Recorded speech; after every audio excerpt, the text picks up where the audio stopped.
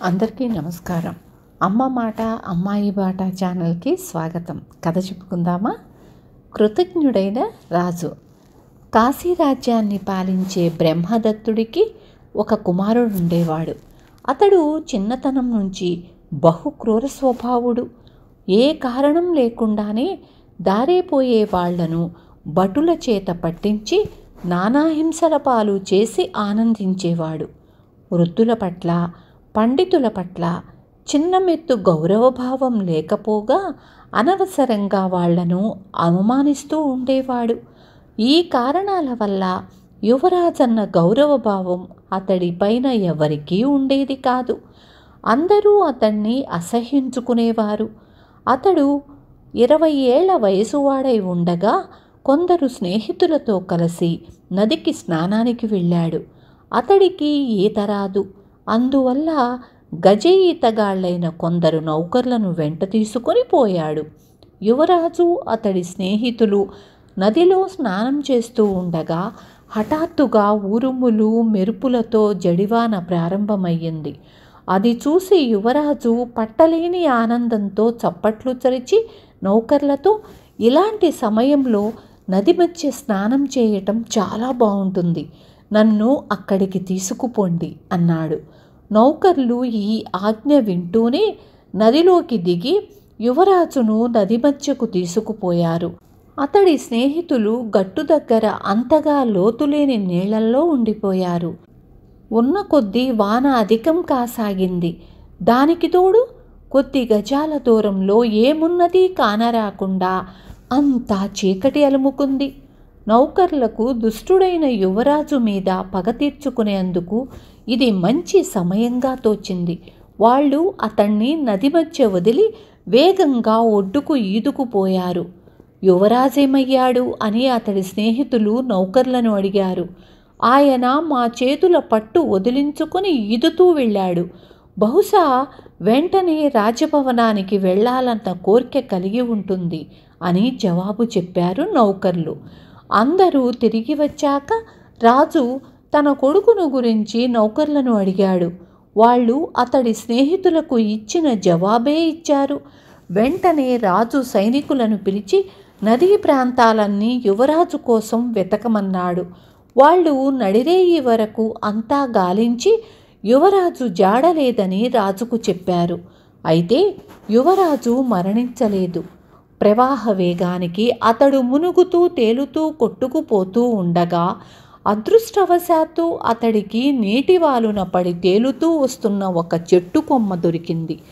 దాని ఆధారంతో అతడు ప్రాణరక్షణ చేసుకున్నాడు. అయితే ఆ కొమ్మ మీద అప్పటికే 3 ప్రాణులున్నాయి. అవి ఒక చిలుక, పాము, ఎలుక. యువరాజు అంత తుఫాను హోరులోనూ మధ్య మధ్య పెద్దగా గొంతెత్తి రక్షించండి, రక్షించండి అని కేకలు పెట్టసాగాడు. ఈ విధంగా కొమ్మతో పాటు యువరాజు నదీ జలంలో కొట్టుకుపోతూ ఉండగా సూర్యాస్తమయం అయ్యింది. ఆ సమయంలో నది ఒక అరణ్యం గుండా ప్రవహిస్తున్నది. సాధువుగా జన్మించి నది ఒడ్డున ఆశ్రమంలో తపస్సు చేసుకుంటున్న బోధిసత్వుడు యువరాజు కేకలు విన్నాడు. ఆయన దృఢకాయుడు, ధైర్యశాలి.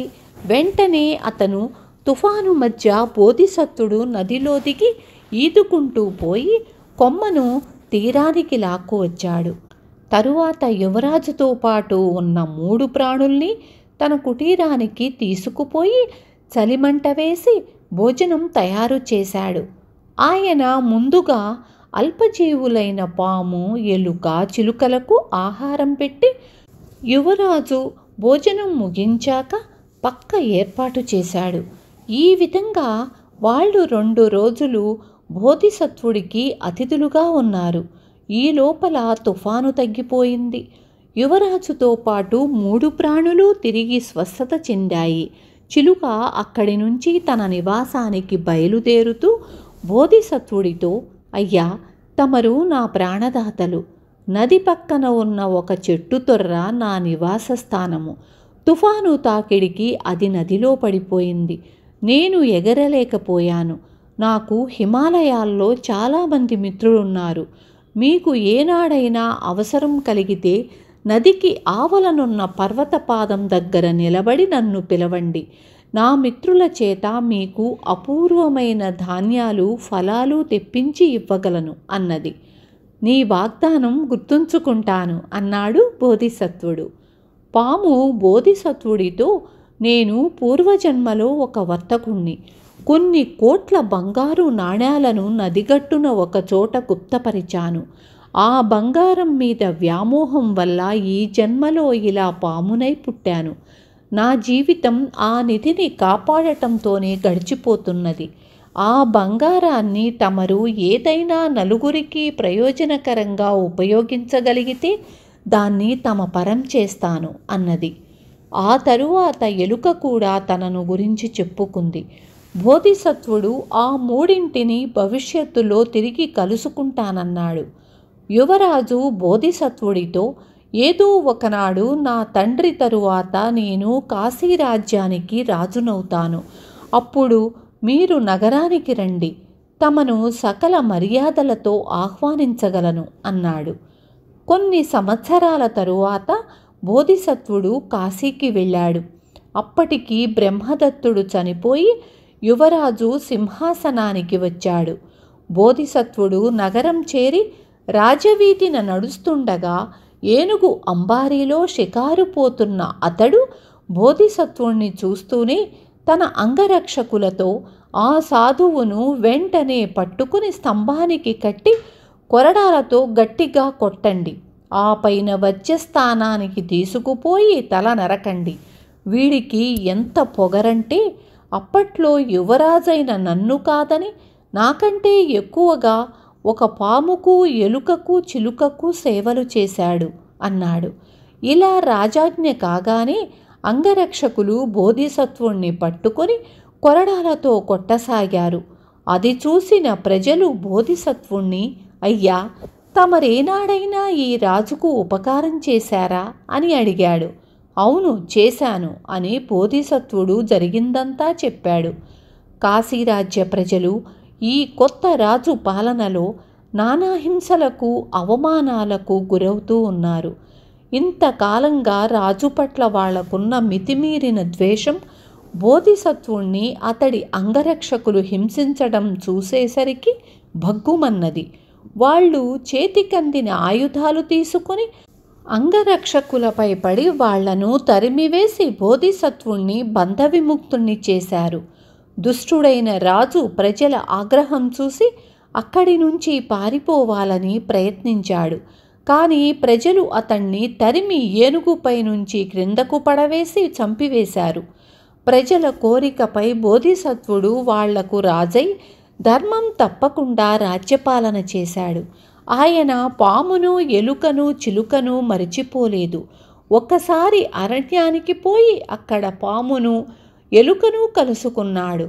అవి తమ నిధి నిక్షేపాలను స్వీకరించవలసిందిగా ఆయనను కోరాయి. బోధిసత్వుడు ఆ కోర్కెను కాదనలేక ధనంతో పాటు వాటిని కూడా నగరానికి తీసుకువచ్చాడు. చిలుకను కూడా కలుసుకుని దాన్ని కూడా తన వెంట రావలసిందిగా ఆహ్వానించాడు. ఆయన ప్రజల క్షేమం కోసం నిధిని ఖర్చు పెట్టడమే కాక పాము నివసించేందుకు రాజప్రాసాదం పైన ఒకచోట బంగారంతో ఒక చిన్న సొరంగం ఏర్పాటు చేశాడు. దానితో పాటు ఎలుక ఉండేందుకు మణిమాణిక్యాలు తాపడం చేసిన ఒక పెద్ద కలుగును, చిలుకకు ఒక బంగారు పంజరం తయారు చేయించాడు. ఈ విధంగా కృతజ్ఞుడు, దుష్టుడు అయిన రాజు పోయి కాశీరాజ్య ప్రజలకు ధర్మస్వరూపుడైన బోధిసత్వుడు రాజుగా దొరకడంతో వాళ్ళు ఎంతో కాలం సుఖంగా జీవించారు. విన్నారు కదా. రేపు మళ్ళీ ఇంకొక మంచి కథతో మీ ముందుకు వస్తాను.